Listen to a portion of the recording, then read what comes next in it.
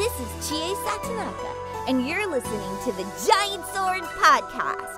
You better eat more meat.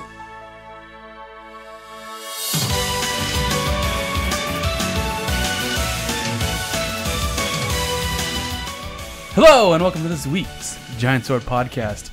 I'm your party leader, Nick Lynn. Joining me today is Taylor Hoyt. In studio. He's here. And He's Nick here. is talking very quietly. He's doing some I can ASMR. No, I'm not. And so today, guys, we're going to do a little ASMR. So we're going to talk about random stuff. And we'll be like, hi, hello. I don't know why people listen to this. I love ASMR. You guys are freaks. True. I thought I was a normie. So, how can I be a freak and a normie at the same time? Huh? Tell me that one. only normies like ASMR. Oh, I see. I don't get it. Only normies. So, what kind of ASMR do you listen to, huh? It's the best kind. You just listen to Asian girls talking into your ear the entire time? No, because you can't hear Asian. That doesn't make any sense. Well, no, you just pick someone who's Asian and have them talk to you. Nah. We gotta have good material. Good material. Yep. So, enough about nonsense. There was the news I predicted happened, and then some. And then some. And then I'm fixing my mic right now, real quick. Because Nick's a normie and he doesn't know how to fix mics. So, the first bit of news was, so this weekend was Granblue Fantasy Fest 2018, where Cygames talks about their mobile game, but then we got an update on Relink and then something else. So first of all, we got 14 minutes of new gameplay for Relink, and it looks way better than the original, where Catalina is just walking around the little village and nothing's happening. It's fake. It's fake. It's Killzone 2 all over again. That's it. Yeah, they've messed it all up. It's fake. It's fake gameplay. The gameplay, it's not really going to look like that. And don't get your hopes up. It's going to suck. Okay. I'm just joking. Looks awesome. So, yeah, it does. It looks cool. So, Catalina, which was the character that the player controlled in the trailer last year, was just a party member, and then Gran is his name, I think, was the playable character in this demo, and they're both similar. They're both sword users, so whatever. And then I don't know any of the other characters. There's the girl with like the teal hair. Her name's like Liliana or something. Or Lilia or something like that. See, this is a brand new franchise for all of us, so we don't know anything. Yeah, we're figuring it all out. But Cygames is coming out swinging. Unfortunately, they did not give even a release year, which they did say that it's still only 60% complete. And I don't know what that means. It means nothing. It means nothing. I don't know why. Didn't they say that Final Fantasy VII gameplay, the remake, was like 60% complete or something like that? Yeah, I mean, saying what percentage a game is completion-wise doesn't mean anything. It's like, does that mean when you're done creating the assets and then you have to balance it? Or does that mean like literally like, oh, when it's 100% we ship it and we're done? Like, that means nothing to a normal person. The PR. The PR stunt. Yeah. I guess it gives you an idea how far off it is just to set expectations. So me and Kraft were talking. We're like, well, when they announced Dragon Ball FighterZ, they said they were 60% done. And then it came out like, what is that, 6-7 months later. I think that's a little ambitious. Here's my thought. I think it comes out fall next year in Japan. And then we get it early 2020, which sucks. I want it sooner than that. But I think that's... Or it's a simultaneous release. That's possible. It's possible. So they also, there were some interviews and they gave a bit more info about the game, because it was hard to tell what the structure was, because there were like in the previous trailer it was just all like it was just a battle. There was no like getting into the battle, and then this one it was almost like a old school level. It was very linear, battle arena, little linear thing, and then you would get to a boss. So it was kind of like a straightforward dungeon. It's like a type beginner dungeon. Yeah, gotta get the mushrooms. Exactly. So let me read some important points. So in this interview that Gematsu kind of picked apart, they said, although the story connects with the main quest from the mobile game, it's a little further than the main quest has gotten as of December 2018. That means nothing to anybody. The primal beasts that appear in the game are completely new and show up in various circumstances, both as enemies and as allies. So I guess those are like big monsters from the mobile game. I don't know what a primal beast is. They're also considering bringing the characters and story of the game into the phone version, which I don't think we care, because the only way you can get the phone version in English is if you download it off the Japanese store, which there's an easy way to figure that out, but I don't want to like mess with that right now. So And it's funny because it's not released in like English stores, but the Games like completely subbed it. yeah, themselves, yeah. So it's totally done. Like you can play it in English if you download, if you want to get crazy and get a Japanese, App Store account or whatever. And so then, so it says the flow of the game is basically moving through stages to get to a boss, advancing to specific areas along the story. Various locations like vast grasslands and snowy mountains will appear, and there will also be subquests with elements like exploration. So it seems very more linear. It's not going to be an open world, I don't think. I think it's going to be linear. Yeah. Like you do quests and you go into that area and then you just do the quests there. Yeah, so in my video I made, I was trying to like theorize what the multiplayer component would be like, and I said it would probably be a very linear, straightforward dungeon with a boss at the end, and that seems like what the whole game is. Yeah. But with, like they said, some elements of bigger story moments or parts to explore, which is cool. Let's see. And then as far as playable characters, they say we can't specify how many playable characters, but Bayonetta, for example, has unique motions for each weapon, which allow you to enjoy different ways of fighting for each one. If you count each of those weapons as playable characters, the total playable character count should be quite large for one of these types of games. So imagine if anybody's played Bayonetta, she has her basic guns and just attacks, but then she gets crazy like swords and whips and all kinds of stuff. So I would imagine that there probably will not be more than 10 playable characters. But different weapons. Well, they each character will have a different weapon, but I think even total. Well, like, yeah, so the two characters we've seen so far have been sword users. But I know there's a mage. I think they confirmed there's also an archer, like a spear user person. Spear user person. They probably, all these people have names and we just don't know them. Yeah, Kraft told me. The only other one I know is Matera, and she's like a fox girl archer. Of course. It's because she's a good waifu. Let's see. You unlock playable characters by meeting specific requirements as you progress through the game. For multiplayer, you can choose from the playable characters that you have unlocked.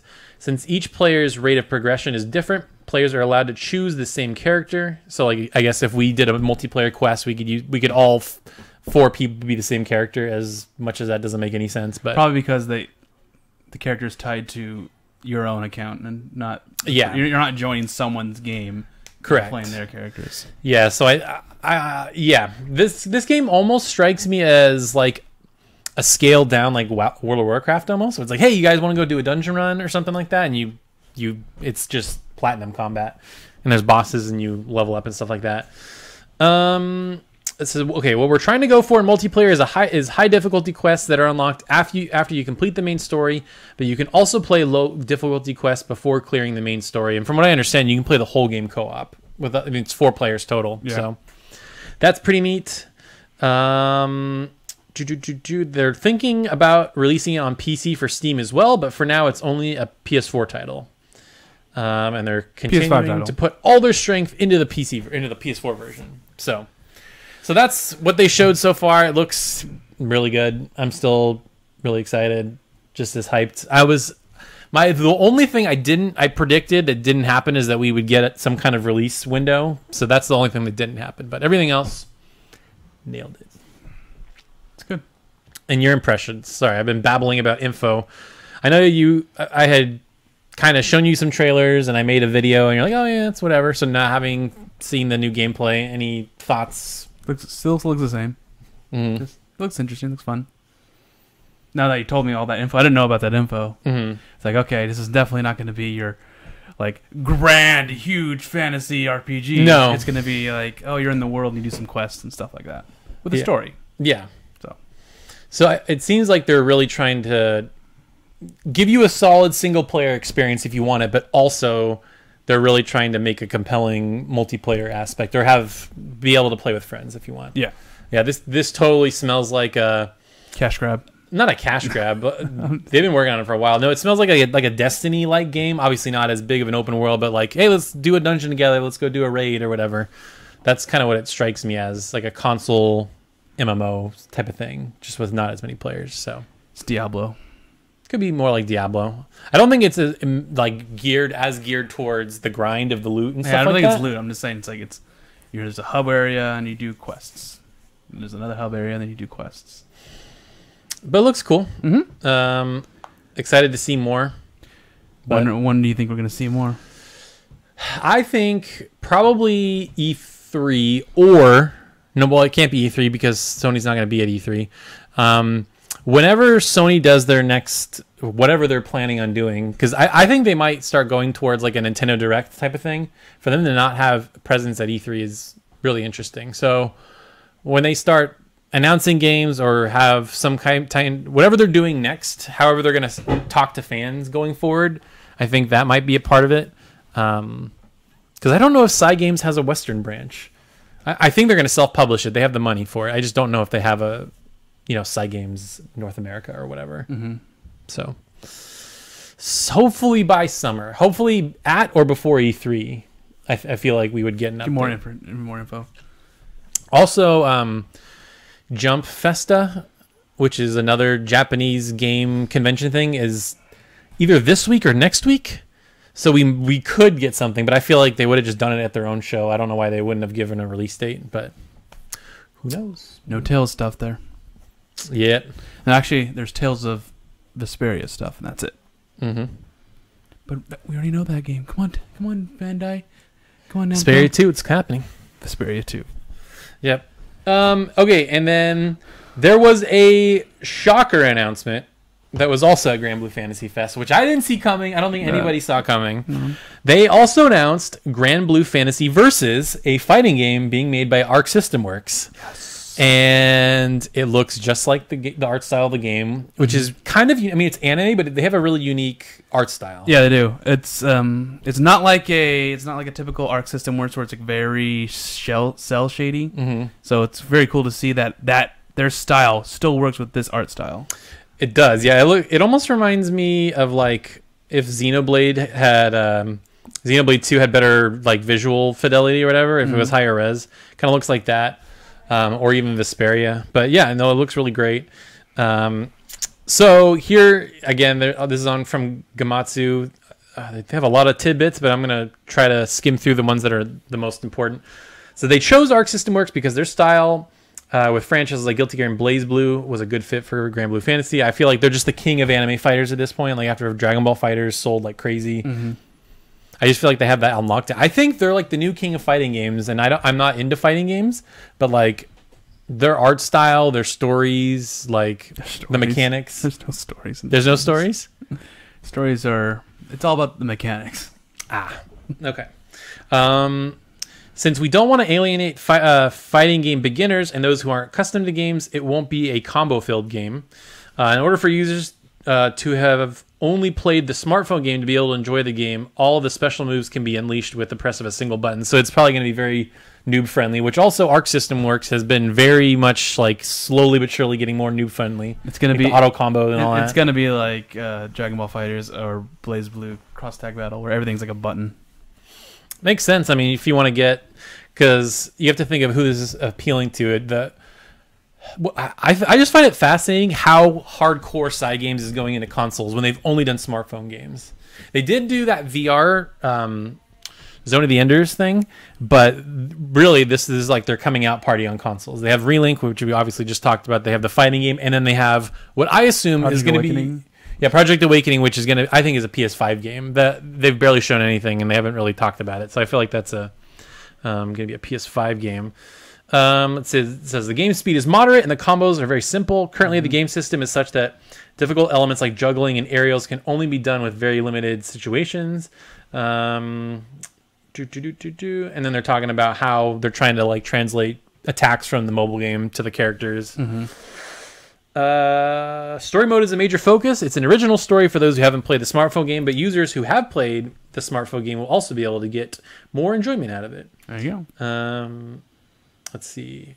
There was online support, obviously. There is a PC and arcade release under consideration, but right now it's only a PS4 game. Of course, it's going to be 60 frames. This is interesting. Maybe this is the 60%, because they also said development is currently only about 60% complete. The fundamental components are near completion, and from here on, we're putting our focus on raising the quality. So this is a Dragon Ball FighterZ situation. So that means they're going to be showing, over like the course of a couple months, they're going to be showing the roster, and then it's probably going to come out like early spring or early summer next year. They did say 2019. They very specifically say 2019 for this game. So I could see it in summer probably. So they didn't announce characters, or they showed quite a few characters. They showed Gran and Catalina. 5. So the sword fighter girl and the sword fighter guy, and then they showed, I don't know what his name is. I don't know their names, guys. Sorry. There's the main. There's like a little lolly girl. She's like super small and has this big sword. Some kind of princess girl. I don't know how that will work mechanically speaking, because she's so much shorter than everybody. She's just gonna be a short character. But like, will normal hits miss her or something? If she's small enough, yeah. That's interesting. Then there was a guy that has like, he's like a dual wielding dagger guy. Yeah. And there's a girl with like a whip, and she has like little ghost spirits or something. And then I'm sure Lilia, the mage, will be in there. And then from the logo, they have the logo already, and somebody was picking it apart, and based on the weapons that were in the logo, they were guessing at what characters would be in there. But we shall see. Expect a roster like Dragon Ball FighterZ, I should say. That's the intro, like 20 fighters. I don't even know if they have that many characters. I mean, they have that many characters, but so here is my worry with all these Granblue things. Like, nobody in the West knows what this is, because the mobile game's not out here. Like I put out a video on. If you're watching this the week it comes out, last Thursday, and it's doing really well, and everybody's like, wow, this is the first time I've even heard of Granblue Fantasy. I don't even know what this is. There's a lot of people that don't know what Granblue Fantasy is. So how do you think the fighting game will be received, generally speaking? Because Max did a reaction to it. He's like, this is interesting. That's what he pretty much was. He's like, it looks like a Guilty Gear Light. No, I'll try it out. That's pretty much what his reaction was. Yeah. So it looks cool. Fighting, if it's I don't know. I think it'll do all right. It's not gonna kill it. It's not gonna be like Dragon Ball. It's not gonna be Dragon Ball FighterZ, because that's like that was like lightning in a bottle, man. Well, because like I think why it did so well is we've had those Xenoverse type games for a while, like the 3D fighters where you can fly around and stuff. We've had a lot of those for a long time. So for this to be like a traditional 2D. And it was by Arc System Works, and the game just looks amazing. Yeah, the style was just awesome, and yeah, just everything. It was just hype. The game was just makes everything exciting. Yep, and it sold really well. Last I checked, it sold like 3.5 million copies. It's just funny how at the beginning when it first came out, there was like a bunch of different servers, and each server had like 60 plus rooms, and then a couple months later, they like downgraded. Like each server was like only like 16 rooms, and it's like, well, all those casual fans just dropped off. Oh yeah, they're there for the story, mess around for a bit, but then, the people that bought the fighter pass or whatever it's called stuck around. Just waiting for that new Dragon Ball FighterZ. Are they done adding characters? Okay, so we're waiting for like season 2 or like the new sequel. So the last character they added was Brawly or Super Saiyan? No, it was like normal Goku or something. Wow, you're way behind. Yeah, okay. It was 17 and Android 17 and Cooler was the last ones. Oh, cool. Okay, I knew about them. I thought there was another one after that though. No, those are the last 2. Okay. So it went I think first it was oh my god, I'm blanking right now. Bardock and Brawly. And then Super Saiyan Blue, Vegito, and then Fuse Zamasu, and then regular Goku, regular Vegeta, and then what a waste of a character. No, those characters are really cool though. They're played completely different. I understand that, but like, get a different character. Get Chi-Chi in there. What the heck? And then Android 17, it was Android 17 from Super, so he plays differently, and then Cooler. Cool. Nice. So very nice. Like Khalifa, they should have had Khalifa in there. They're probably gonna the next Dragon Ball FighterZ is probably gonna be a super, like it's gonna be super Dragon Ball Fighters. No, it better not be called that. but Dragon Ball Fighters 2 Super. I'm probably gonna have a bunch of characters from Super in it. I'm wondering if they're going to continue, because I know they stopped doing Super so they could put the Brawling movie out. I wonder if they're going to keep doing Super. Yeah, I'm pretty sure they are. Okay. They're doing the Brawly thing, and I bet you the next arc is either going to take place after the Brawly movie, or it's going to recount it. Yeah. That's probably what they'll do, because they did that with the Frieza and with the, oh my god, what's his name? Help me out here. The first villain. It's been so long, dude. Beerus, thank you.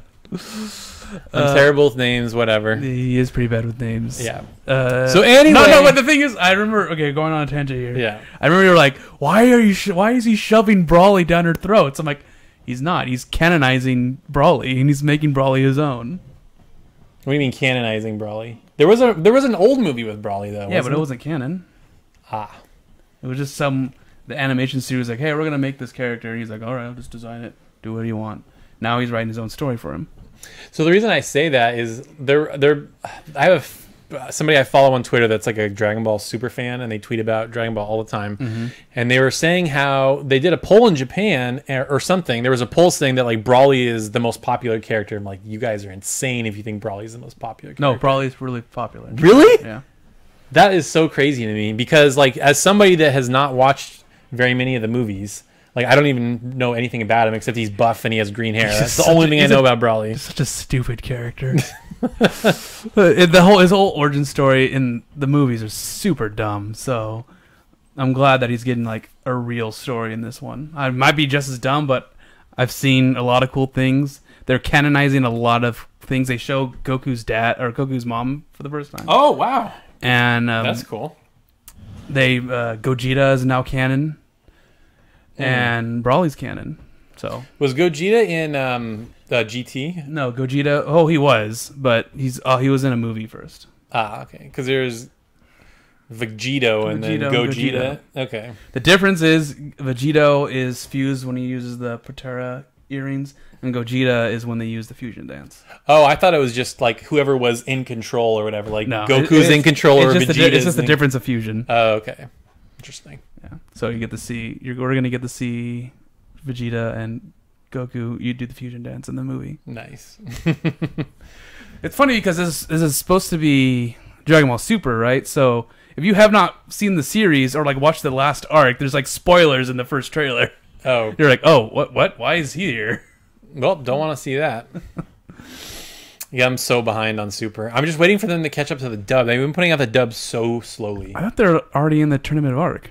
The Tournament of Power arc. Is that the one where they fight Hit?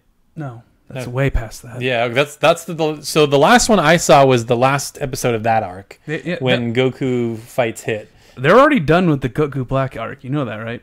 Okay. Because so the way it works, from what I understand, is so they do 14 episodes have to come out on Toonami, and then after 14 episodes come out, then they can put those 14 episodes out on the Funimation streaming or something like that. So it just takes forever because they, like only ever, 2 months, every 2 months we get. In this week's Dragon Ball Super, yeah. Well, that was in February though. That's old. That's really old. I'm sure you could just go to the Funimation site, but yeah, you're right. I think they're pretty far past that. I just haven't been keeping up. I'm just like, dude, I'll just wait till it's all done and then I'll just marathon it or something. Because they showed the intro. Funimation dubbed the song in the new intro in the Tournament of Power. So I was like, okay, they're already here. Well, it's pretty much the end. It's the last arc. Yep. So, to reel it back to Granblue Fantasy Versus or whatever, are you gonna pick it up or are you just gonna kind of wait and see? It's a fighting game. It's an anime fighting game. Gotta get it. Gotta get it. Gotta touch it. Gotta round out my knowledge because I right now I want to watch the anime because that's out, and then you know the characters. I only know. So I watched part of the first episode, so I know Lilia is like some sacred mage person that Catalina has to protect, and she's like some knight. Is she like the girl with the long blue hair? Yeah, the light blue hair, and then Catalina's the armor with the long brown hair. Yeah. Yeah, all these people that are watching, like, oh, you idiots! I've been playing Granblue forever. You don't know anything. So what you're gonna do is you're going to find a way to get the game, and you're gonna play it. I should. Yeah. I think, I will say, so Cygames also made Dragalia Lost, that mobile game I've been playing that they made for Nintendo. So they know how to make good mobile games. It's not action though; it's turn-based, which you might like. But it's a mobile game. I don't play mobile games. Unless it's Tales. I still didn't. I didn't do the story mode. I played the stuff, the dailies, and then I was like, okay, I'm done. That's enough. Got it. Yeah. Okay, moving on. So next piece of news. So this piece of news is interesting because they. Okay, let me see what it is first. So 13 Sentinels Aegis Rim Prologue rated in Korea. So the article is super short again from Gamatsu. First, tell them what 13. So if you forgot what this game is, this is the next Vanillaware game. So they made Odin Sphere and Dragon's Crown and Muramasa. They're like that really stylish kind of 2D action game developer. And this game got announced like 4 years ago or something. I feel like it's been forever. It's the one where it's like modern Japan with like high school students, and they like pilot giant mechs. Yeah. You have no idea what the game is. Yep, no clue. And recently they canceled the Vita version. Of course. And then the release date was like TBA. And I was like, oh, well, that doesn't sound good. Yeah, the last PSX we went to, it was just a trailer. It was just like a TV with like a picture under it of the title, the title, and it was just a trailer. And I'm like, this is a sad booth. I know. I'm like, this looks so good though. Okay, so here's what the article says. The Game Rating and Administration Committee of Korea has rated 13 Sentinels Aegis Rim Prologue for PS4.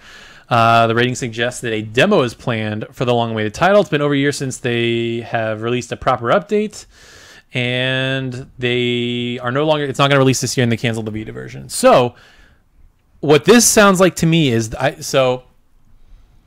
their last game was Dragon's Crown on PS3. And that came out... Really? Yeah. That was a long time ago. They re-released it on PS4, though. I know that, but I thought there was a game after it. Nope. It's been a while. I mean, you can look it up on Wikipedia or whatever, but so as far as I know, their release schedule was they did Muramasa on Wii originally. They did... Oh, what was it? Grimoire or something like that? Yeah, let's look at this. So, Grimoire. Vanillaware... Yeah, Grimoire was their first one, 2007. Odin Sphere. I don't know what that is. Muramasa. Grand Knight's History. Which we never got. Oh, we did get it. It was a PSP game, that's right. Okay. Muramasa Rebirth, which is a re-release. Odin Sphere. Okay, Dragon's Crown released in the States in August of 2013. So it's been almost 6 years since they've put a new game out. Okay. Because they put out Odin Sphere Left Reser, which is a remaster, and then they put Dragon's Crown Pro out, which is also a remaster. So they're running out of remasters. They don't have that many games. So that game needs to come out in 2019, basically. So what I think this smells like a Metal Gear Solid 5 Ground Zeroes type of thing, where they just need to make some money. So they're like, we're going to put a little thing out for like $10 just so we can make some money and finish the game. Or it's the actual game. They just changed the title. Why would they call the game a prologue? Maybe it's there's going to be like a 3-part game. My thought is it's either a Ground Zeroes type thing, or it's just a free demo, and then the demo will carry into the full game or something. Those are my two guesses, but yeah, I'm pretty interested in this game. I think it's just because there's so much mystery around it. We just don't really know anything about it. What is it? Like, what kind of game is it? Well, because Vanillaware games are usually super actiony and like platformy. Yeah. And this looks nothing like that. Yeah, it almost looks like more story driven because the 13 Sentinels refers to the 13 characters in the game, and they're all like high school kids. So I'm like, is there some like super dark story? Like, I'm just curious if they like actually went in on the story, because like Dragon's Crown, it was whatever. You're not in for those. It was supposed to be like an arcade brawler. That's exactly. It was like a classic beat 'em up. But that's one I've been keeping my eye on for a while, so I'm excited that it's not like totally dead. So if it's getting a rating, it's probably coming out, whatever this prologue thing is probably coming out in the next like 3 months, I would say. You don't rate something if it's not coming out for a long time. But only in Korea. Well, that's only in Korea, but that's just what leaked. There could be other things. So Excited? Hyped for it? I can't wait. I want to see what it is, man. I don't know what it is. It looks cool. Yeah. Okay, so this is a game that you and me have both been excited about for a while. So the next game, RemiLore, Lost Girl, and the Lands of Lore, that's a mouthful, is finally getting a release date of February 26, 2019 on PS4, Switch, PC, and later on Xbox One. This was supposed to come out this year, got delayed indefinitely, and now it's got a February release date. You excited? Yeah, it looks you hyped? cool. I mean, it's a totally tailored game. It's anime and it's a roguelike game. Yep. And it's actiony. Yep. And it's got some waifus. That's what I said. Yep. That's what I said. That's what I implied, okay? Mm-hmm. Everyone knows that the game has to have waifus for Taylor to like it. Doesn't have waifus? Get out of here. Get out. Resident Evil, get out of here. Yeah, it has a waifu. Claire. No, those zombie. Oh. Those zombie waifus, man. Yeah, they're pretty good. All right, what's about? What? Give us the laydown of the game. Okay, so this is the about. This is probably the top thing from a PR email, but anyway, so this. So RemiLore is a roguelite anime-style adventure set in a colorful world where players hack and slash their enemies and cast devastating magic attacks using twin stick controls. Oh, that's interesting. I guess that's how Diablo plays, with twin sticks on the console. Remy, an ordinary high school student, has awakened Lore, a talking book, who is a self-proclaimed master of magic. Together they have drawn to the magical world of Ragnoa, which has been overtaken by mecha monsters. Remy and Lore must venture together and find their way home, but can Remy trust the mischievous magic book Lore? Who is the mysterious android girl Show, and why does she want to capture Lore? Will Remy ever find her way out of the magical world and return home? So she's a typical anime high school girl and gets sucked into a real world, or into an alternate world, and becomes a mage. Yep. Awesome. Yep. So such a generic anime story. Yep. And it's got both Japanese and English voice acting, which is pretty cool. You can play up to 2-player co-op. And the rest is just like, oh, there's 100 monsters and there's things to do. I get it. Are there different characters? Can you play as different characters? You know, just her, and then the other player plays as. So his gameplay modes include single-player story mode as Remy or Show, and 2-player co-op mode. So I'm assuming you choose just one of the two. Gotcha. Yeah, looks cool though. Does look cool. I'm gonna wait on the Switch port. Just I don't know if it's gonna play very well, because there's been some bad ports. So I'm gonna wait on it, but I definitely. You want to get it on the Switch though. You're definitely gonna get it. Preferably, if it ran well on Switch, I would play it on Switch. But I just don't know if it's gonna hold up on Switch. So the Switch Pro, right? Yeah. If it's a thing, and it makes all these games run well, would you buy it? Just a Switch Pro? Yeah, because my left Joy-Con is it my right one? My right Joy-Con stick is busted, and it's really annoying. So it'd be nice to have one that works. Especially with better battery. I feel like the battery dies a little too quick on, when you're playing Smash. Or just playing anything, like a game that, pushes the system settings and stuff like that. So, yep. If that thing is a thing, then you're going to get it? I'll plan on getting it. Well, because I've also been sort of waiting on a PS4 Pro, but I also feel like we're sort of running out of games that are worth buying it for, especially because PS5 is like, you feel like PS5 is almost there. Yeah, so it's like it just whatever. Because I think the talk has been that PS5 is going to be backwards compatible with everything except PS3, probably, because the PS3 was a nightmare. Maybe. Maybe that's what the thing is all about. It's like, this is the PlayStation Ultimate. You can play every game that you own on the any PlayStation. Any PlayStation, it would work on the PlayStation. Dude, that would be awesome. If that's the thing, instant win. Instant win. Just throw all your other systems in the trash. That's all you need. That's all you need. Yeah. And then it up-reses and makes some games run better. Oh, that would be so awesome. It's not going to be that, but that would be awesome. That's what the Xbox One X does, though. Yeah, but with 3 generations of stuff. You never know. 4 generations. Even your Vita games would work on it. Not Vita. That's too much to ask. You could download it. You put the Vita card in the controller. The screen pops up on the controller. Mm-hmm. Yeah, I don't think they're going to do that. Yeah, not possible. The Switch thing. I think that's what you've been wanting is the Switch. Oh, it's happening. That's going to happen. And they're going to have a Switch. It's going to be a Switch PlayStation. And it's going to be fully backwards compatible. Mm-hmm. So Switch. I don't know. So you can take out your UMDs, pop open the thing, put your UMD in there. Yeah, UMDs. It's gonna play everything. It's gonna play everything, even your PSP games. No, it's like make sure the store is unified. So you have your PS1 classics, you have your PS2 classics, PS3 classics, and then all the remakes that are on the 4.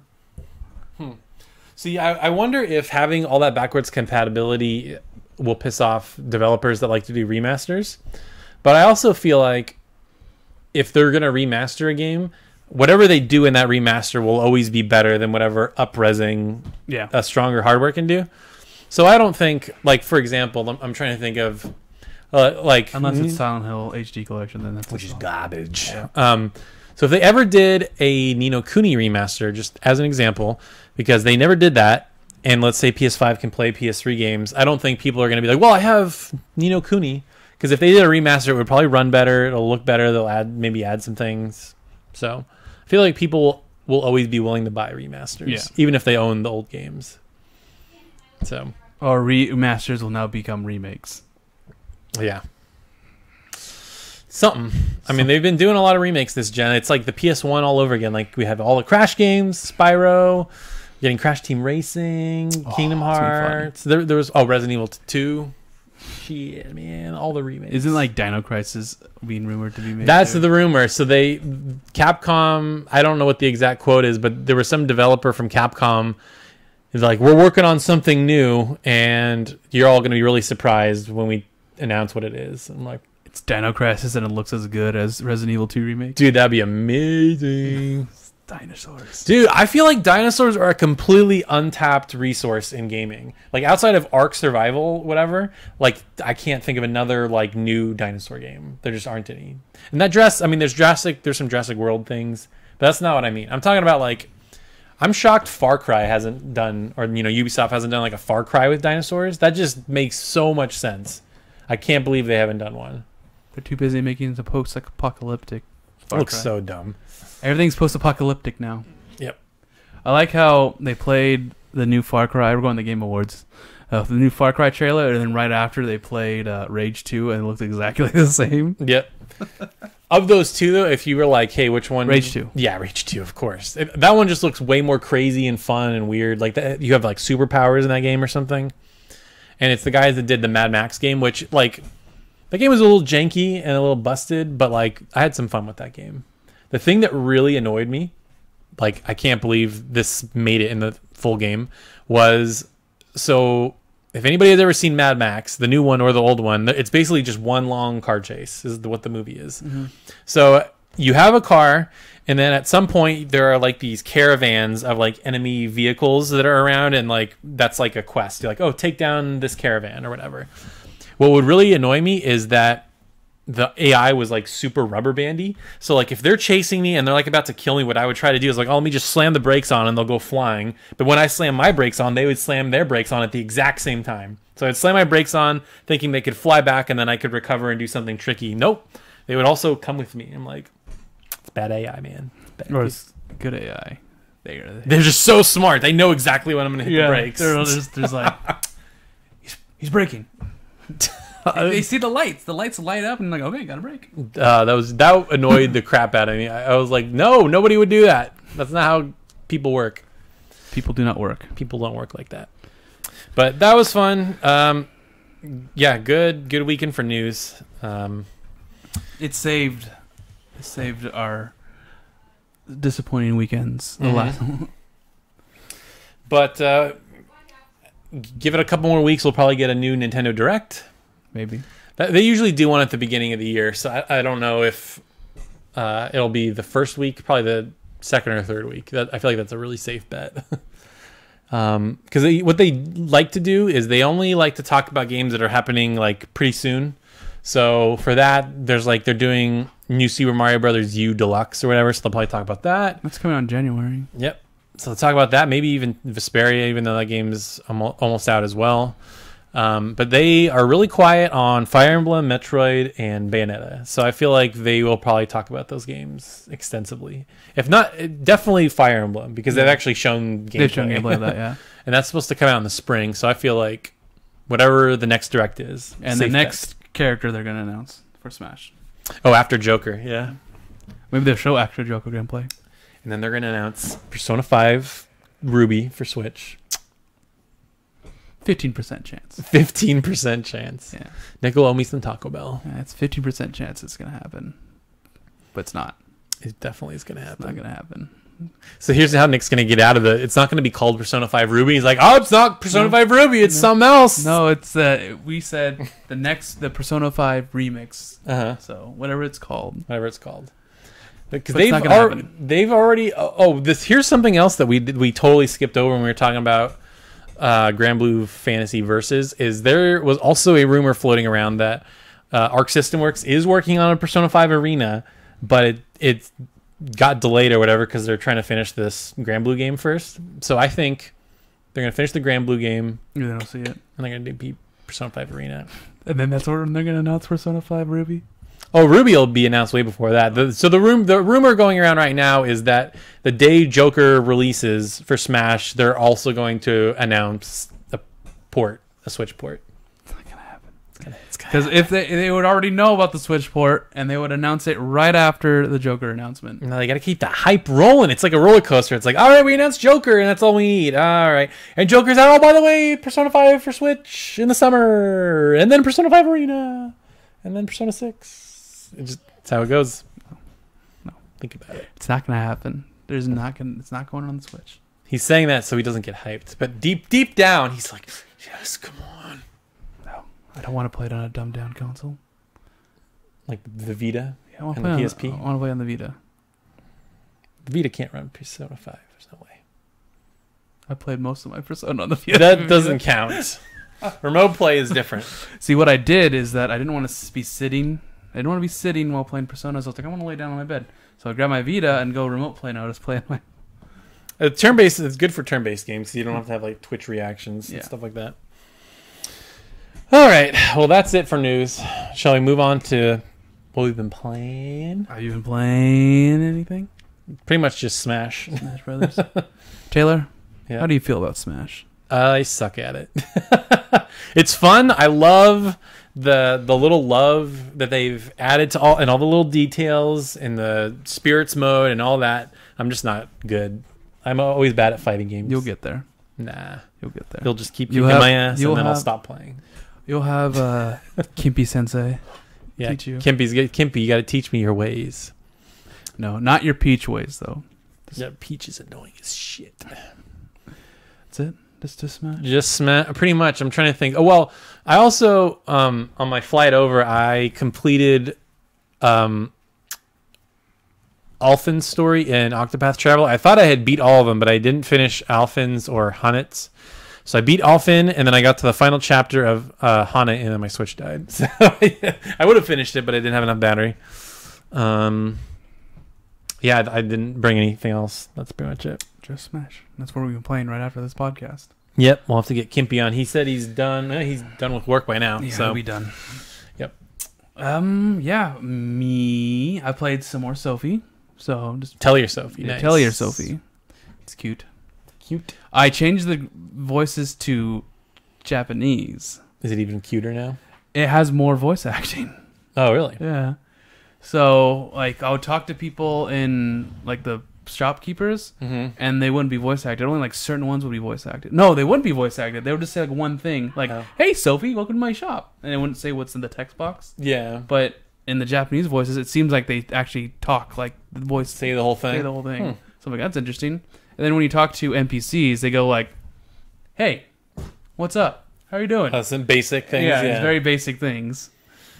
And I'm like, well, why is that not there in English? But so that's why I have the Japanese voices on now. Got it. The only reason why I have like English voices is because they talk when they're doing in battle, and there's no subtitles. So I want to know what they're saying. But now that I've played in English for now or enough, I'm like, okay, well, Japanese is fine for me now. Interesting. I'm on day like 30 something now. Oh, cool. I think I've died a couple times. What happened? Have you died? Did you die in Rorona at all? If I did, I feel like there wasn't a big penalty. Yeah, when you die, when you lose a battle, you go back to your atelier, And it's like, oh, you lose some of your items. And that's it. Yeah, I felt like you maybe lost some time, you lost some items, and like that was it. But it's not like game over. I got like a knight in my party now, and I was like, thank goodness I could actually do damage and instead of making bombs and yeah, potions and stuff. Yeah, like I was in this area that's I guess was under leveled, and they would kill everyone else except for this knight, and the knight just killed them all. I'm like, yes, nice, thank goodness. But the game's addicting. It is. It reminds me of Persona, and that's in a way because like you had a variety of things that you could do. Because like at least in the old ones, it was like go talk to people, go collect items, go make things. There was like always something to be doing. And then you go into like a random like street, and then suddenly like a cutscene happens, and the characters talk, and then that's it. And I'm like, okay, I did something. I don't know what happened. But yeah, it's like okay. I guess if you talk to people, like you get friendlier with them, and that's like a stat. Oh, okay. So doing more of those scenes is good for you. I don't know. It's my first Atelier game. That's one of the better ones from what I've heard. From what I've heard. It's interesting. 'Cause I played 5 Atelier games. I think Totori's probably my favorite. It was the end of the Arlen's trilogy, but not anymore. Maru was the end. Oh. And then now they're going to add a new one, Atelier Lulua. God, where did they come up with these names? I don't know. But it looks. Have you seen the new screenshots? It looks way better. Yeah, I think they updated the engine. There's like way more detail. The lighting's better. It looks. Yeah, they did some work. So that's what I've been playing. I'm trying to get back. Probably gonna play it tomorrow because I work tomorrow, but I have the whole day off tomorrow because I work in the morning, guys. And you have Tuesday. Then I have Tuesday off. Nice. So that's when I'll probably play. Cool. So, yeah. And we were supposed to talk about anime, but someone here has to have a life. I know. Jeez, I was trying to get ready to leave, and then I was at a wedding, and then. So he did not watch My First Girlfriend, or a gal is my first girlfriend. I forgot. So My First Girlfriend's a gal. Yeah, it's that. My first girlfriend is a gal. Yeah. So he wasn't able to watch that. Me, on the other hand. I watched all of A Sister's All You Need. Oh my gosh, okay. And then I got to episode 12 to A Lull in the Sea. So that's 24 episodes of anime I watched in a week. Jeez. If I had the time, I probably would have done it, but alas. I sacrificed gaming time to watch anime. Sometimes it's nice not to interact with something. It's like, I just need to sit. That's what I did today. I was like, I'm just going to rest and relax and watch anime. Yep. And A Lull in the Sea is interesting. Told you. It's just really slow. Like the first, I would say like 5 episodes, it's all just character building. Like you're trying to get to know each of the characters, and then like the story starts building up. And then I'm like, what's with this magic crap? Well, they're from under the sea or whatever. So, but so is it better now? Is it? Once I finish episode 12, because I have a feeling I know what's going to happen. Okay. And I'm like, okay. What's going to happen after this? Because after that happens, then the story starts getting really interesting. And there's like a love square. Yeah. A love octagon. Okay. There's a really weird line that Akari said. Mm-hmm. I don't know if it was translated wrong, but it was like, first, Hikari dumped me, and I still love him. And I'm like, how does your own brother dump you? Maybe like in a metaphorical sense, not like in a dating sense. I know. I was like, that's a really weird term to use with your brother. So that confused me. But I'm probably like, he just like, oh, I don't need you anymore. You're not, you're not my One-san anymore. Yeah. Because he's like a total jerkwad at the beginning of the anime. Yeah, he's a bit of a brat for sure. I just love that it's a freaking love square. And then I don't want to say anything. It gets real good. A Sister's All You Need. Yeah, tell me about that, because I went back and looked at my Crunchyroll of that, and I watched the first 2 episodes. I'm like, oh, I did watch this. Okay, but it's not about that really, isn't he? He's like a writer that likes writing about like yes, he really likes sisters, but doesn't have a sister. I see. So it's not none of that awkwardness, right?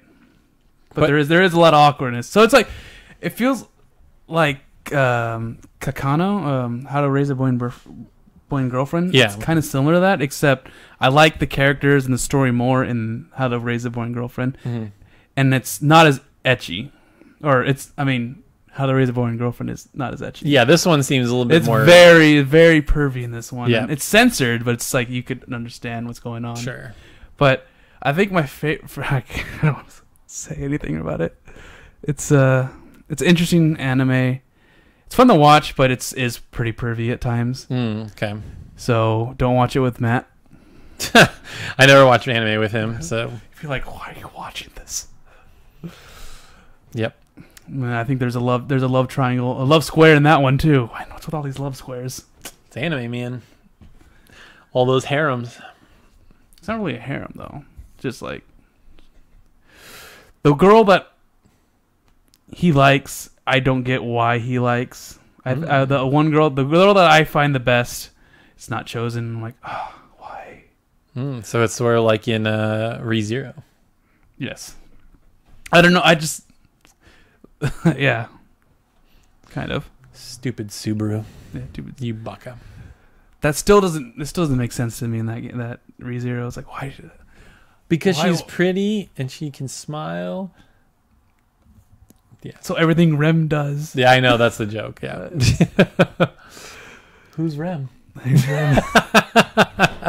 No, he just uses Rem. He's like, oh, thank you. This is what I want Leah to do to me, but, thanks. You're always here for me. Uh-huh. You're a really good friend. I'm going to go rescue Leah now.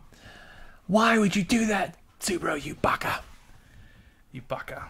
He is baka senpai. He is baka. Get that senpai. shit off. We're doing a podcast, but I got to delete this stupid Fortnite dance. Nope.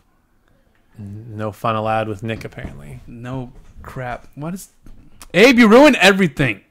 Makes everything better. Dabbing and flossing. You gotta dab on the haters, Nick. I'm dabbing on Nick because he's a hater.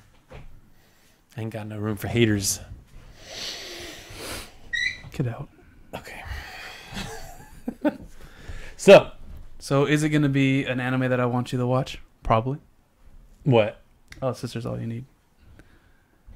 I mean, I still need to watch the Gal one. My first. Yeah, you're gonna watch that one. That one's just crazy, and I don't know how you would react to that one. Seems interesting. All right. I'll give it a try. Give it a try. So let's go to our main topic of the day. Okay.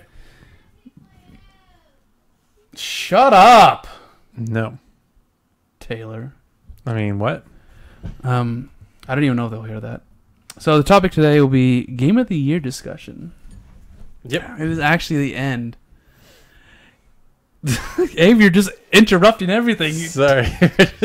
Nick's got his computer monitor right there, and Abe keeps posting Fortnite dance gifs.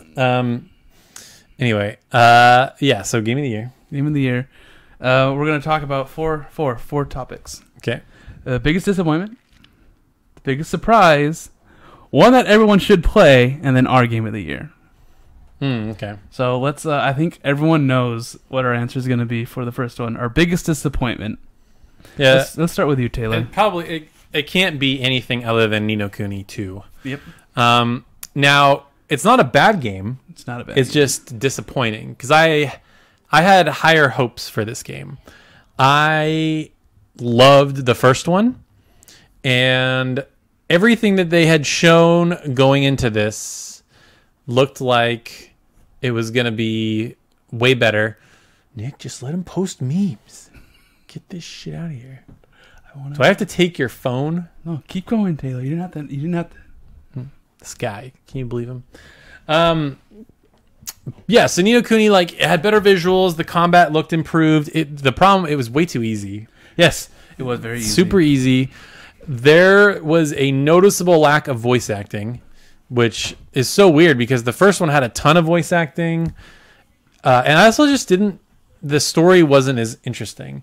Like... I can even tell you, I feel like I can explain why it's not as interesting or it doesn't hook you as much. So in the first game, before you go to like the other world, you play as Oliver for several hours. Like you're hanging out with your friend, you're going on adventures, and then like this tragedy happens. So like like you get to know Oliver, you get to know all these characters, and you get to know why he's feeling the way he feels. In this one, you don't even start as Evan. The first thing that happens is you're driving in a car, and then a nuke goes off, and then it cuts to. Yeah, and I'm just like, okay. I mean, it was just a really weird way to start a game. Like, it was surprising, but then here we go again. What's his name? Don't get up. Just leave it. It's fine. What was the guy's name? The president guy that gets transported? I don't know. I need to fix it though. Keep going.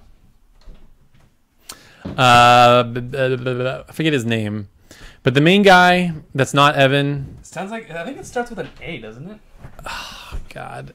We're bad at this right now. Look it up because it's gonna bug me. Okay. The president from anyway. So you play as him, and then you run into Oliver in the middle of a coup. Like his. He said Oliver. Yeah, you run into Oliver. Oh yeah. Or sorry, Evan. My bad. Yeah. You run into Evan in the middle of his kingdom getting taken over. So it's not like. Imagine if it was backwards, like it was in Ni no Kuni 1, where you play as Evan and you get to explore your town. Roland, there we go. Yeah, so imagine starting the game off as Evan, and you get to like meet your subjects through the kingdom, and you're just talking to people, and you go through a couple days, and then your kingdom gets overthrown. How much more interesting would that be? Because I walk in the middle of him getting his kingdom getting overthrown. I'm like, I don't care. I don't even know who this character is. I don't know anything about him. Final Fantasy 15 all over again. Exactly. And then the whole plot is, we're going to make a kingdom where everybody can live and be happily ever after, a.k.a. we want you to be really invested in this town building mechanic. And I felt like I spent a lot of time managing that thing. I know, that was addicting. The thing...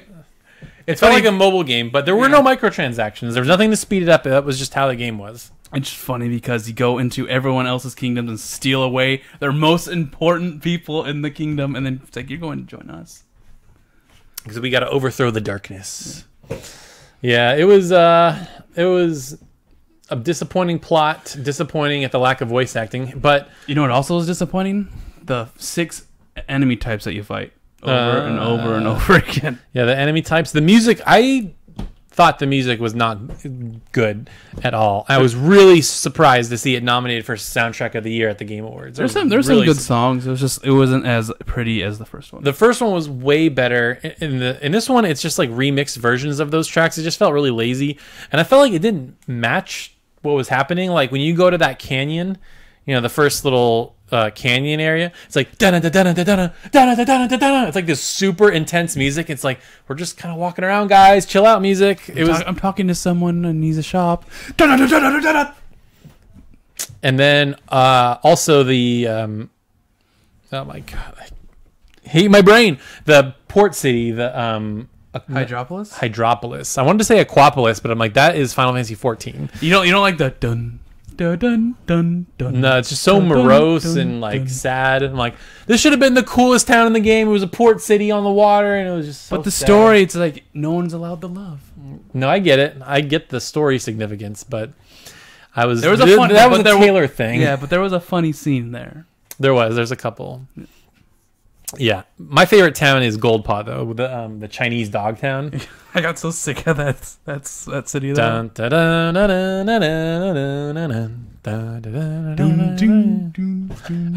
that one, but yeah, that game. I feel like your mileage will vary depending on how much you're into that kingdom building mechanic. Until the best character comes, Bracken, of course, for Bracken.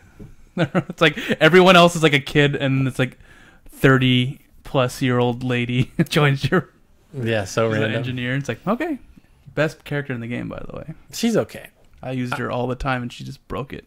She was pretty strong. I like Tawny. I just like archer characters, so she was fun. Never used her. You never used Tawny? Oh, she's great. She was probably my favorite character to play as. And it was kind of cool. You can collect different outfits for all of the characters, so that just gives you an incentive to explore. Yeah, they're like secrets. You have to actually search for them. Oh, yeah, I like that. What did you think of that weird little, like large-scale army battle stuff? I never did it. The only time I did it was when it was like required. Oh, okay. because there were a lot of side quests for that. It was really weird. You just sort of like run into things, and then you can activate special abilities to like counteract other guys. It was ill-conceived, or it wasn't. I felt like there was a little something missing. It was fun, but it was like, I don't want to spend time doing this. Yeah, exactly. Especially since you could get different characters, and then you have to level them up differently at different times. Oh yeah. I just kept like the same ones over and over again, so they were super high level. Yep. Yeah, it was a weird mode. So yeah, in case you didn't know, that it was also my disappointment of the year. Yeah, kind of a bummer. Again, not a bad game if you see it for like $20. I mean, it's worth a playthrough. But like coming from what the original Ni no Kuni was, it just was it didn't quite live up to that. And I remember when it was announced, and everyone was like, "What? Ni no Kuni 2? What?" And then they showed Final Fantasy 7 remake gameplay. Yeah. I still haven't seen anything since that day. PSX 3 years ago. I still think PSX in San Francisco was the best one. No, the one after that one was really good. Yep. The one that got cut in line right at the Oh my end. God, that was really annoying with Connor. Yeah. With Connor. That was a cool one. Let's see. Yeah, so that's most disappointing. I think there was nothing else that even challenged, I don't think. Dragon Quest 11. No, I'm just joking. Biggest surprise. I've been thinking about this one. To me, biggest surprise was because I knew literally nothing about it. It was remember that Wizard of Legend game? Oh yeah, that was my biggest surprise because I didn't know anything about it. And then I just saw some gameplay. I'm like, oh, I'll check this out. And then I like went crazy and I got the platinum and played the crap out of that game. Yeah. I really had a lot of fun with Wizard of Legend. That was fun. That was probably my biggest surprise. Biggest surprise. Because I didn't know anything about it, and then how into it I was. I didn't think I would get that into it. Tackle and Fuel. Yeah. Because I think at some point I had done it so many times. I'm like, I'm only like 2 trophies away. Let's just freaking get the other trophies. And you did. And I did. And I want to buy one. I'm trying to remember. You didn't really buy too much stuff from this year, I feel like. No, but my biggest surprise, I'm going to count this. It came out in middle of December of last year. Nope, doesn't count. Yes, it counts. No. Yes, because I played it in January. Played it in March. Nope, doesn't matter. Yeah, that's my podcast is what I'm going to do. And it's going to be Tokyo Xanadu. Okay. That's cheating, but okay. Tokyo Xanadu. My biggest surprise was Persona 5. Because I played it this year. I mean, it doesn't matter. It's the game you played this year, right? Yes, Tokyo Xanadu is real good. But I'm going to save the discussion for later because the one that everyone should play, what do you think?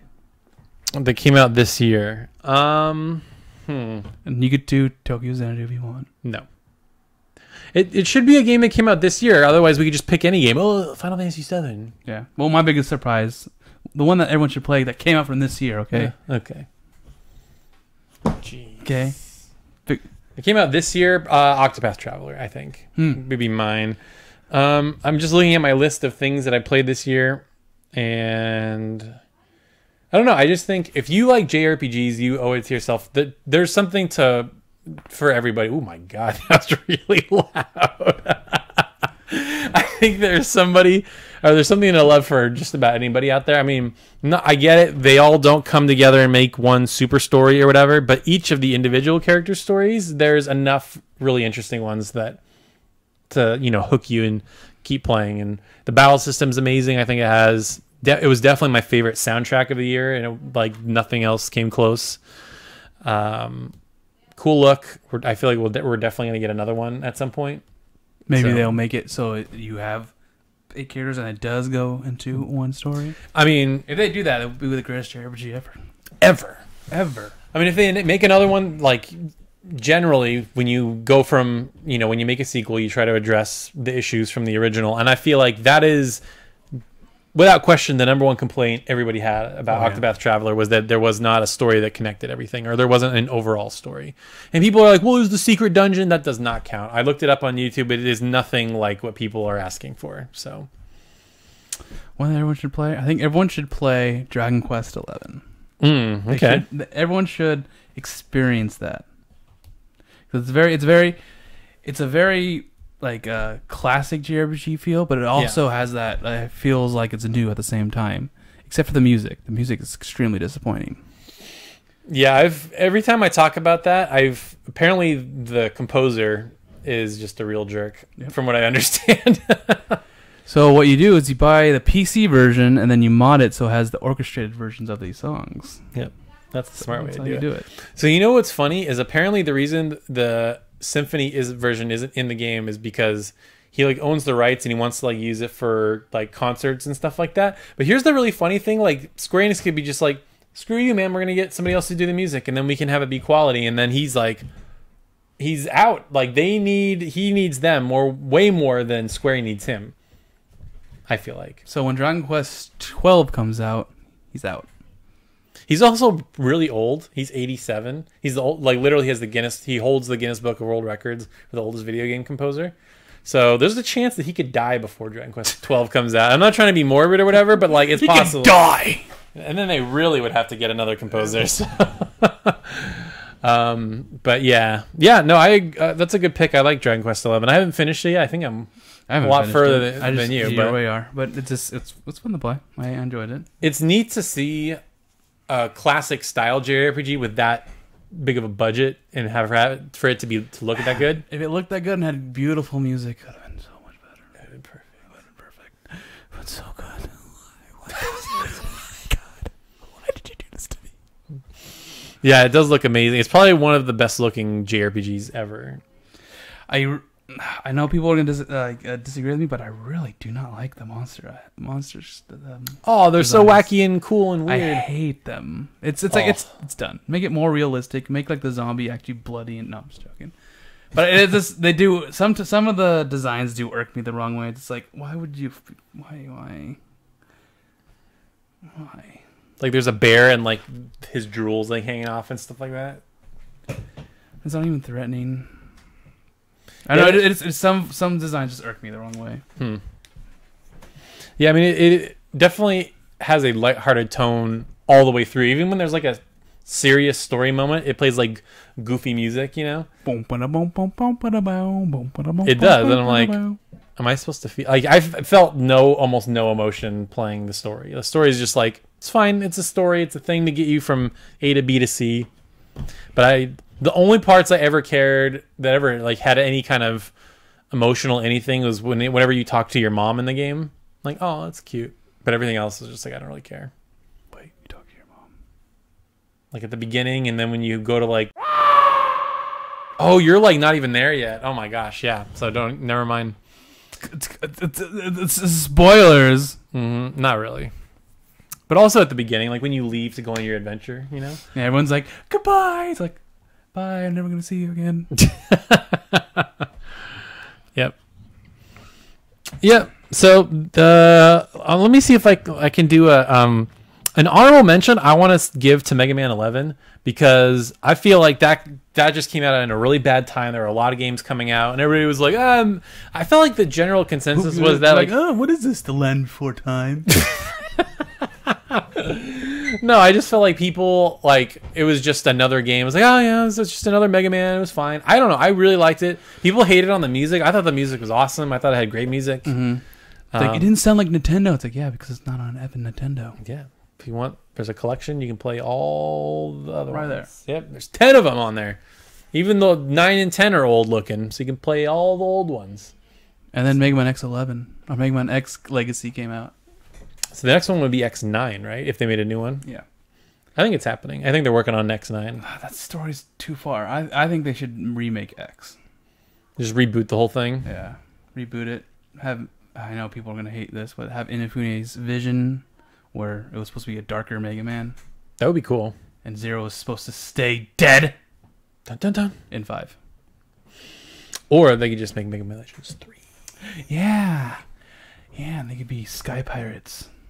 Yes. And go search for treasure. Yes. And not be fan designed. Yes. Yep. Do you have a second runner-up? No need to. I just felt like I wanted to give a shout out to Mega Man 11. Kingdom Hearts. The collection. Play all of them. Oh yeah, get the story so far. Here's 300 hours of gameplay. Have fun. Yeah, have fun with that. Maddie's dead, guys. I don't know if you know He's this. dead again. Yeah. TikTok. How about shout out to Switch port of Nekopara? No. No. No! Screw Nekopara, except for Coconut. It's just, yeah, I went through that. It's weird because there's the lewd scenes, and then there's the H scenes where the parts where it's supposed to be H scenes, and they're so tame, and then they have like a really dirty joke after those H scenes. It's like, well, what? H means hentai, for Yes. those of you who don't know Nick's lingo. Yep. But yeah, they're gonna do the next. They're doing the one for episode 2, so instead of like smashing away, they kiss. That's it. Then they kiss. Yep, they kiss. And then for the group scene, they make dinner together. Wow.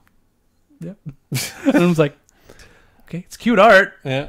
but it doesn't make sense. It's fine. It's fine. It's fine. So it's good family fun. Good family fun. Except for when, Chocolat makes a reference to her master's ding dong. Ah, interesting. And I was like, Okay. what? That's still in here? Is the anime lewd, or is it pretty No, like... it's cutesy? it's like the shuffle anime. Oh, okay. No lewdness at all. The shuffle anime gets lewd sometimes. Well, it's because it was in the era of anime where they're actually allowed to show nipples. I don't know when that ended. So remember all those old school animes we used to watch? Like Tenchi Muyo, yeah. Tenchi, what are the other ones? Dragon Ball, like old Old Dragon Ball. You see Goku's ding dong. Yeah. Yeah, there's a lot. Oh, Ranma, stuff like that. They didn't care about nudity back then on You TV. got to protect the kids, Nick. But now- if they see a boob, their life is over. But if they see somebody's head getting chopped off, it's fine. Sony Logic. Yeah. Have you seen the censored versions of some of these games? There is one where it's like a girl taking off her pajamas, right, and she's her butt sticking out into her underwear. Yeah. The entire body is just covered with a ray of light. It's like that looks like someone just did an eraser and erased it all. I'm like, oh, that's not censored. It's too much. Let us have our anime boobs, Sony. Come on. Let people have their Come on. anime boobs. There's a rating system for a reason. It's rated M for mature. Exactly. You're not protecting the kids from a mature game unless you're bad parents who buy their 10-year-olds Grand Theft Auto. Yeah. And then you're working at GameStop and you're just like, excuse me, sir, this is actually rated M for mature for blood, guts, sex, drugs, violence. And they're like, oh, son, we can't get that. And then you're just like, It's like, F you, GameStop guy. yeah. There's a certain pleasure of denying kids rated M games. People who worked at GameStop Imagine know this. being like this guy, denying people joy, bringing you pleasure. Sad. They should not be playing that game. They should be playing Minecraft, but now Fortnite. All right. Such a nasty man. I love.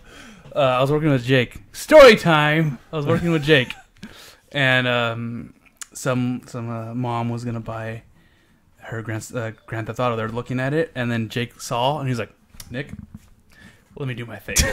He walks and then walks to her, and then explains everything, in this Jake way. Yeah. Which, if you guys don't know, Jake really explains things. Like, it takes forever to explain things. And she's like, oh, no, thank you. And they leave.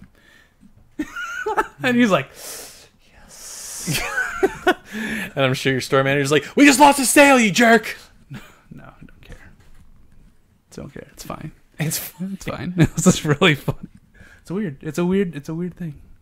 Apparently. You didn't work at a game store. You just don't know. You see all these little shits behind these rated M games. Like, you're those people. You're the kid on mic screaming N-words, and I'm not going to let you have that pleasure anymore. You're going down. That's funny. It's funny. Mm-hmm. It's good. It's godlike. All right. Game Game of the year. I'm going to let you go first because I have no idea what yours is.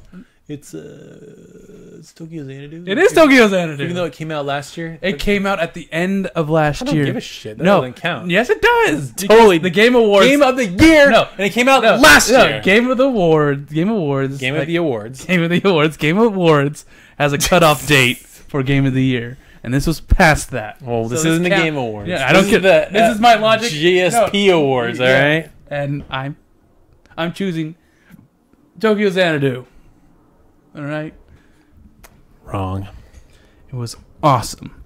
And a lot of people are playing it and experiencing it for the first time because of us.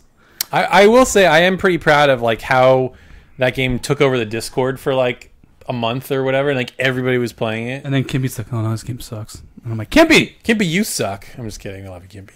Kimpy, play it. You played like 2 dungeons. Game gets so much better. You gotta get all the characters, and then there's like a flow, and then it's just so good. Flow, and you talk to everyone, and the world builds, and then you're just like, man, I want to hang out with this girl, but I don't have enough points. I need to bring up. Oh, look, there's an eclipse. I could get an extra point. Got to do the eclipse and get the extra point. And now I could hang out with her, and I could hang out with her, and I could buy this item so that when I put it in my room, the girls come over and they sit on my bed, and I'm like, man, that's a pretty picture right there. It's a good JPEG. No, that's what the character says. Oh. Ko was literally like, they're both on my bed. Wow, that's a pretty picture right there. Pretty much. And I was like, yeah, that's true. Huh. Yep. There's fun things. You got to buy things for your room, and you have fun little quips. Little character quips. Yep. And then there's this one where it's a fighting game, and I'm like, Falcom, make that damn fighting game. No. Arc System Works, make that damn fighting game. With Falcom. You know what's going to be funny, though, is the graphics in that game are going to be better than any Falcom game. Probably.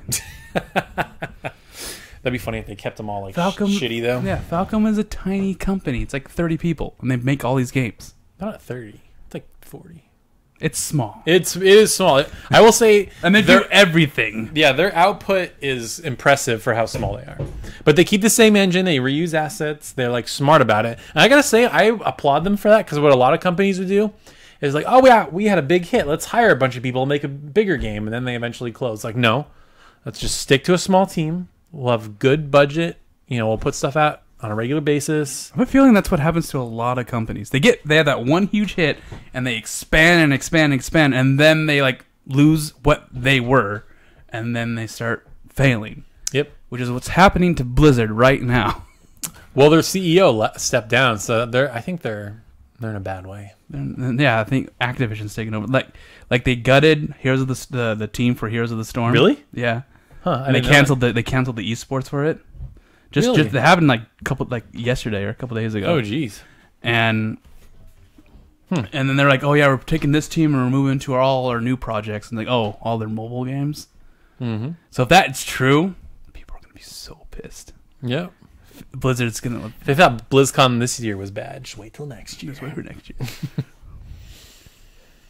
That's what I love. Yeah, I just because think about this generation. Like when everything comes out, we'll have gotten 4 Cold Steel games, 2 Ys games probably, hopefully, and a Tokyo Xanadu, and then maybe whatever they have one other game that's coming out. The news, it's the Nox whatever. Oh yeah, they have a teaser set for it. I don't know what people that are is. like. Oh, there's X. It might be a new Xanadu game. But can you imagine that in a generation to have like 8 games and one? That's insane, and they're all like pretty good. They're all huge, or a lot of them are huge. Yep. So that's simple. They're simple. They're simple and fun. If you just have like good, like with Ys, like they have that combat is just so good, and you have great music. Like all their soundtracks are always awesome. That's the other thing too, is they have great soundtracks. Like Xanadu is like you're watching that one anime that is just really good and has great music, and it constantly delivers. And then you could play the super awesome ending, and you're on Halloween. And you're like, I get to dance with people. Mm-hmm. That I will say, like, I know you're always like, oh, play this game, and sometimes you'll overhype it. Tokyo Xanadu, like, really, really surprised me in a good way. Like, that's probably one of my favorite PS4 games. Definitely a top 10 JRPG. It might be number 10 for me, but I had a lot of fun with that game. Great music. It's like a Persona on a budget with Ys combat. I like how you keep calling it a Persona, but I don't think it's very Persona-y. It's in a Japanese high school. You go to another world and you fight things, and then the other time you do social stuff. Like, it's exactly like Persona. Are you kidding? It's like the closest you could get to Persona without calling it Persona. It was very obviously inspired by Persona. Sometimes. You know I'm right. Kind of. Kind of, okay. How could it be any more like Persona? It's just, I'd say the only thing Persona about it is that it's, yeah. See? It's Japanese. It's in high school. It's Japanese automatically means it's a Persona clone. It's in Japanese high school. There's another world where they do things that are affecting the real world. And then there are social link-like events, like where you get to hang out with people, and the more you hang out with them, it affects combat. And it's totally Persona. It's totally Cold Steel. No. Totally Cold Steel. Well, Cold Steel's also like Persona then.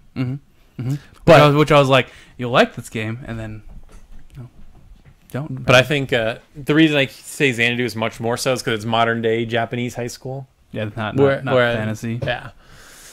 But anyway, so that's your game of the year. Any runners up or any honorable mentions? Dragon Ball FighterZ sucked shit. Terrible game. I was thinking about JRPGs.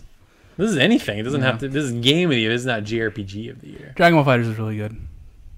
I just remember people were like, "Oh, this game's gonna be dead within a couple months," and look at it, still huge. Look at it. Look at it. Had the most competitors at Evo, if I'm not mistaken. What about Torna, the Golden Country? I didn't really beat it, did I? I don't know. No, I don't know your game schedule. I don't know what you beat. I beat it. I think I bought Overwatch this year. That was Game of the year. No, the game came out like 3 years ago. It came out a long time ago.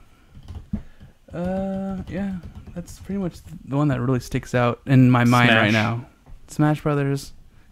Smash. Smash. It's always good. Unless you play as Peach, it's not good. Yep. You didn't really play any of the big Western games this year. No. I told you I don't do that anymore. You missed out, man. They were good. They're good, but I don't have the time. You can make time. Instead of watching 24 anime episodes, you can play a game. No. I had a due date, and I went with that due date. I was like, I got to talk about it. But then Taylor here had to disappoint me and didn't finish 10 episodes of anime. That's like one plane trip. Except there was no internet on the plane. That's why you download them all beforehand, and then you play. You can't do that, can you? For Crunchyroll? Totally do that. On Crunchyroll? I don't know. I would if I could have. You would watch that anime on a plane. If I had the window seat, I'd be like, all right, nobody look at me. I mean, I don't know what my girlfriend's a gal. I don't know if it gets lewd or weird, so I don't really know. You'll see. Okay. All right. What's your game of the year, Budster? So my game of the year is Monster Hunter World.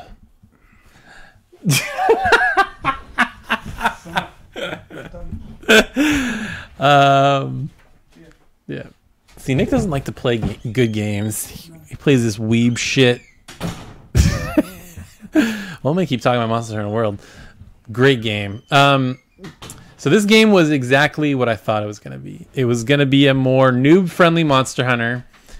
And cool weapons, big open world to explore. Here's the honest reason why it was probably my favorite. I mean, the game was fun, don't get me wrong. Like, the game was fun. It was so cool to, encounter new monsters, figure out how to beat them, grind up the gear so you can beat them easier, go to the next one. But it was my game of the year because I really got to connect with a lot of the people on Discord. Like, we were on chat like every night. It like reminded me of the good old days of WoW, and like that was some of my favorite gaming memories. Is back in the old day, getting on Ventrilo, doing Wrath of the Lich King raids with friends, or actually that was Burning Crusade back then. But that was just so much fun, talking with people, and so it was cool to get on Discord and talk to stuff. What? I need my phone. You don't need it. You're just trying to delete memes. No, I'm trying to check something. This dream killer over here. But yeah, that was that's kind of why it was my favorite. But then there's just so many weapons. There are so many different ways to fight the monsters, and there's so many different monsters. It reminded me of raid fights because we would get to certain monsters and we just could not beat them, and no matter how hard we tried. And so when we like Nergigante was probably the first what I like to call a gear check where we like had a lot of trouble with him, but then we finally took him down. It was really satisfying, and it was just kind of a breeze to the end of the game at that point. But yeah, it was just fun. Got to hang out with people, chat with people. Isn't that what games are all about? Bringing people together. No, it's about by yourself in a dark room where you don't talk to anybody. Mm-hmm. But that's Monster Hunter World was awesome. I find funny because you're saying it's like, oh, it's about like, we spent all this time together, and I hear the totally opposite from Maddie. Maddie was like, man, Taylor's never playing with us. He's always off doing his own thing, and when we invite him in, he's like, no, I'm doing my own thing, and he never plays with us. Why? Which story is true? I do not know. It was half and half. I mean, when the game first started, we were all playing together, and then eventually I was like tired of waiting for people, so I just finished the story by myself.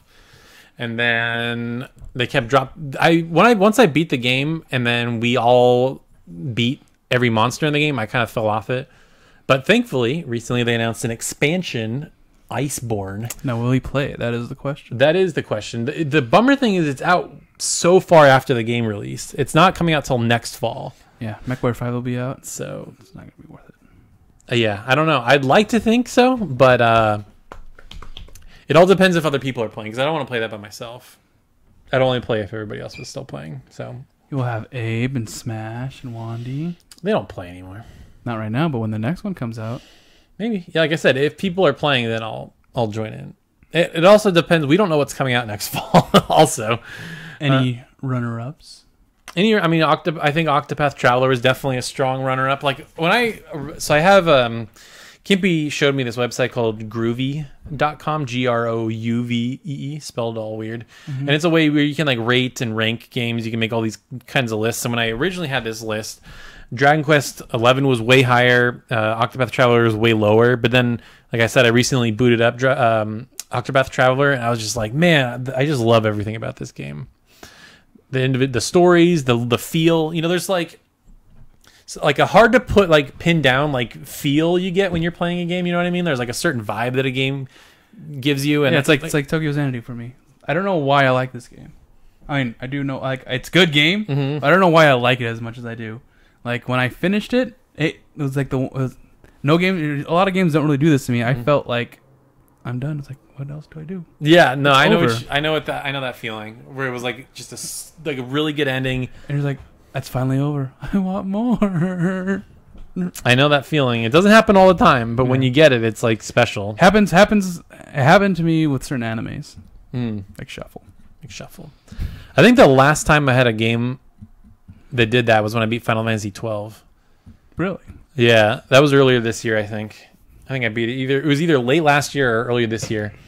But because that game was like super long and epic, and it was very Final Fantasy, so obviously it's a Final Fantasy game. But obviously, God of War was a lot of people's game of the year. Did you play it? Did you beat it? I did. Yeah, I beat it. It was good. Unfortunately, the two biggest shocker moments I got spoiled before I played the game, so they didn't hit as hard, or I knew they were coming, which was a little disappointing. I wonder if the game would have impacted you more. Yeah, and I had played every other game except Ascension, so I'm pretty invested in the series. I know I know everything. But yeah, that didn't do it. I didn't play Red Dead Redemption. That game, I don't like Western, that being the theme of the game or the setting. That just doesn't do it for me. Spider-Man I really liked. That was probably my number 3 game. Wait, 1 second. Yes. You were really hyped about Assassin's Creed Odyssey. Yeah, I never played that either. Because all I heard was that the game was ultra grindy, and then they included a microtransaction to make the game less grindy. So I was like, I don't want to play a game where you buy something to make the game less grindy. That's bullshit. Sounds like Ubisoft. Yeah. I heard both stories. I heard a lot of people say, oh, it was grindy, and some people said it wasn't grindy. So, that's probably people doing all the side quests and people doing none of the side quests. I mean, I don't know. Haven't played it. But you are correct. I did not play that game.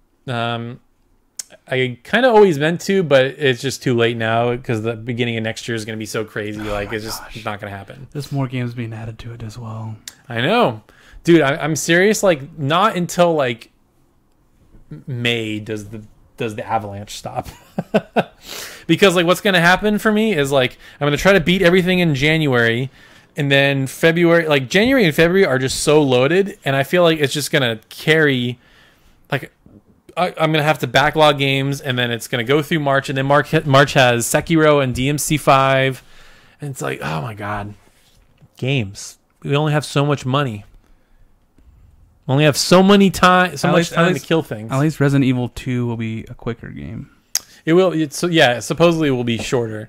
But I mean, you got to play Leon, you got to play Claire, and then Ada. There's probably an Ada campaign because there's always an Ada campaign now. And then maybe there'll be a secret fourth playthrough where you're like Tofu or Hunk or Akuma. Oh, wait, no, actually, I think they said that Tofu and Hunk are actually. Oh, are they going to be in the game? That's awesome. Yeah, there was. So, do you know the legend of Akuma being in Resident Evil 2? Yeah. He could be in there because of the long joke that everyone thought he was actually in there. It was like an old magazine April Fool's joke that there was like a secret way to play Akuma, but it was a lie.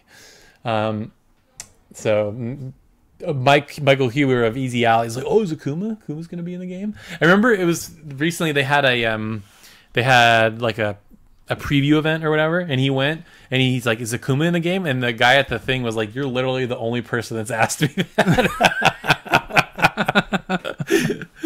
So sounds like a Michael. But he didn't say yes or no, so maybe you never know. There you go. All right. So yeah, but then there a Spider-Man, I would say first runner would have been Octopath Traveler, and then Spider-Man would probably be the one after that. I really had a lot of fun with Spider-Man. Easy platinum, you just keep doing stuff, and I love games with fun movement and that you could just zip around in that game. And there was a ton of unlockable costumes, which I also love. So it was hitting all those notes, and it was actually a really good story. I was shocked they did what they did in that game. They went some places. It was Yosuke Man. It was Yosuke Man. Yep. So let's finish up with some questions. Oh yeah, we do have some questions. Some silly questions. So from Maximilian Wonder, hey, if you could have one lolly for an emoto, who would it be? No. For Maximilian Wonder, for Taylor, will the suffering ever end? It never ends. It just never ends. Do you know what that's from?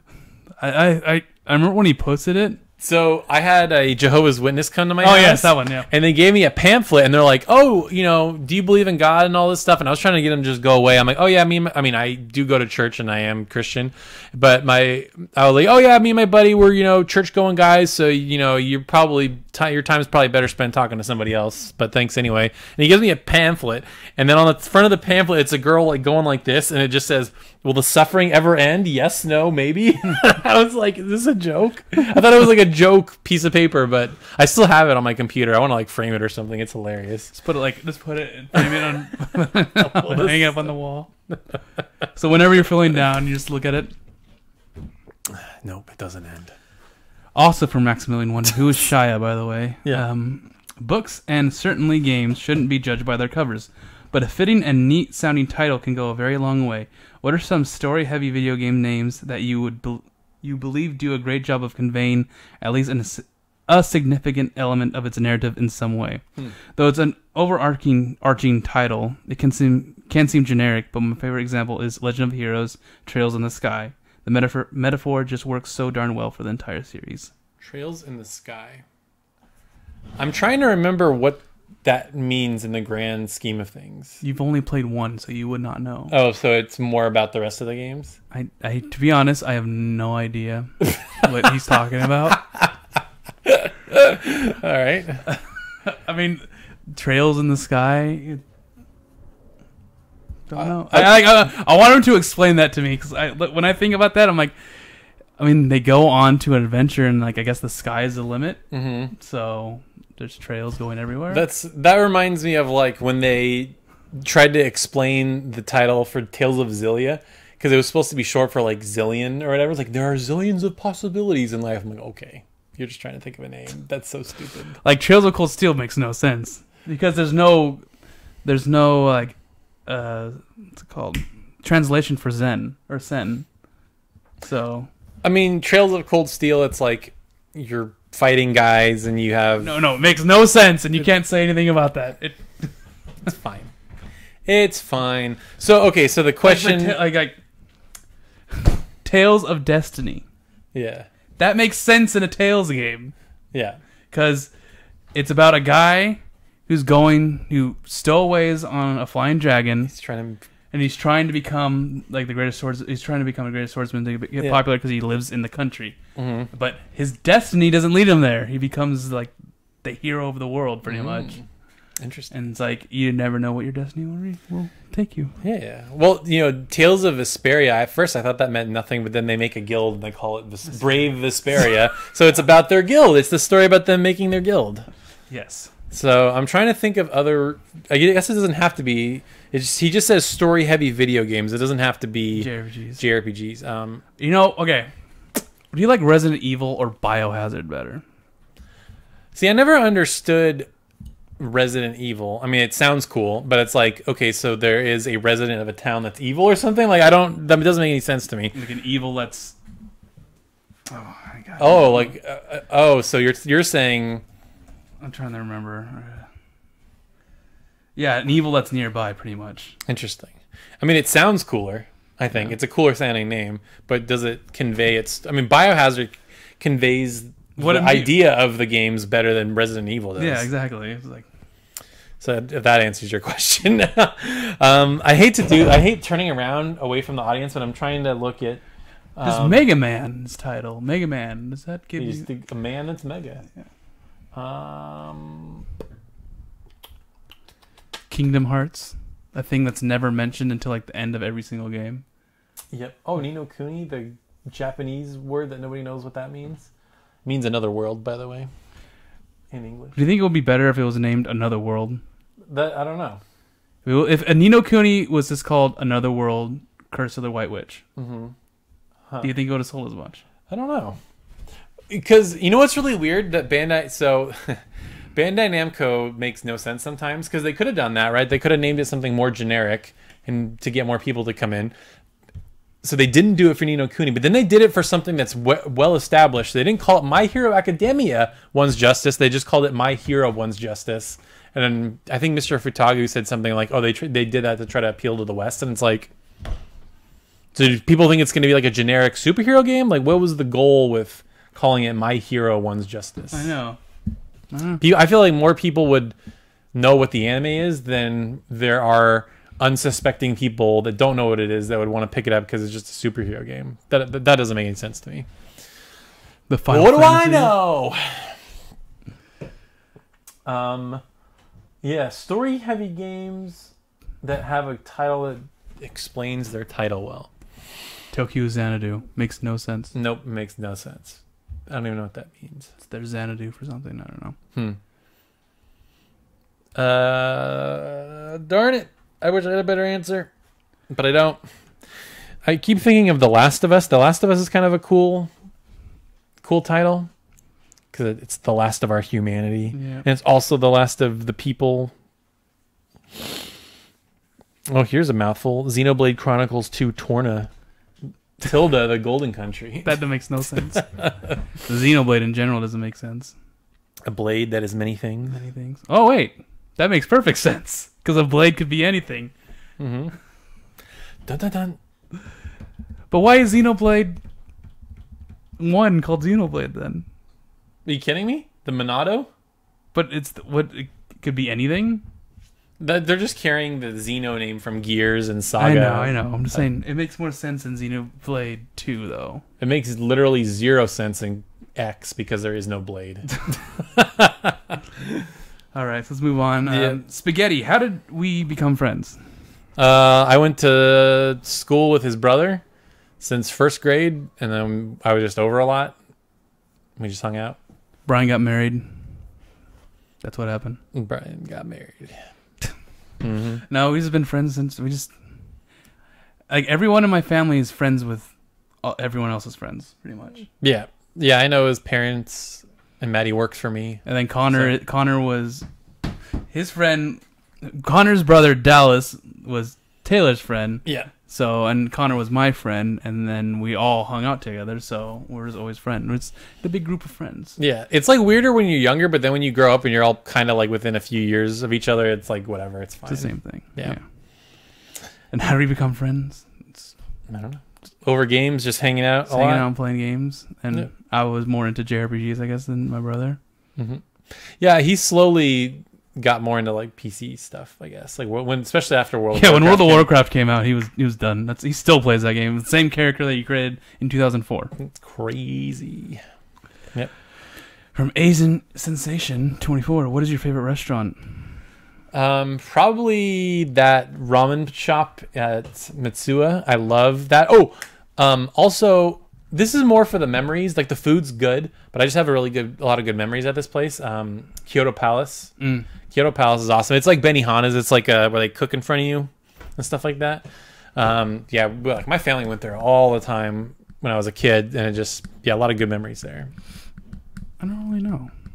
Those would probably be my favorite two. There's another place that nobody listening to this will probably ever go to, but it's a chain of places. Oh my god, I can't remember it. Yugane. It was in South Korea.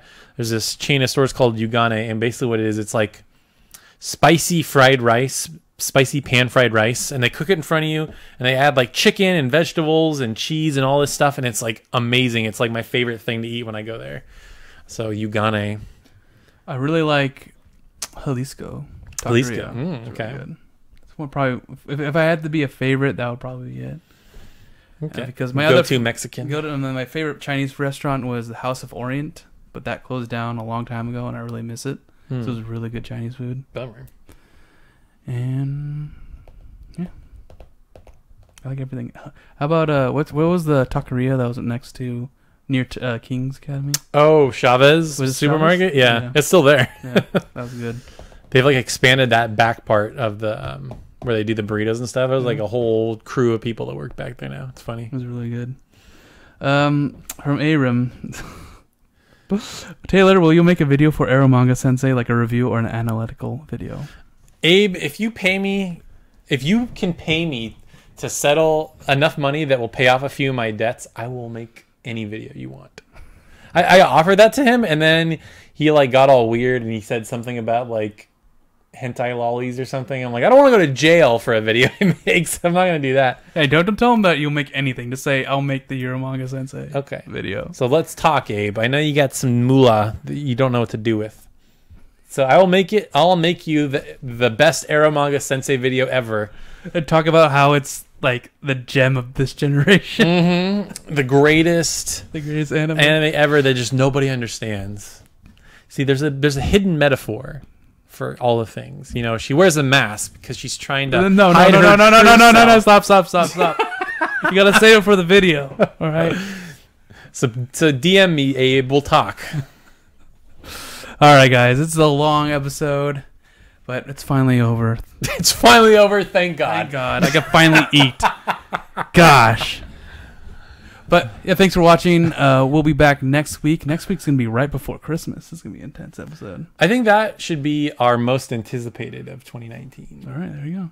So, most anticipated episode coming out. No, most anticipated game of 2019 episode next week. Be sure to follow us on Twitter and all those Discord stuff.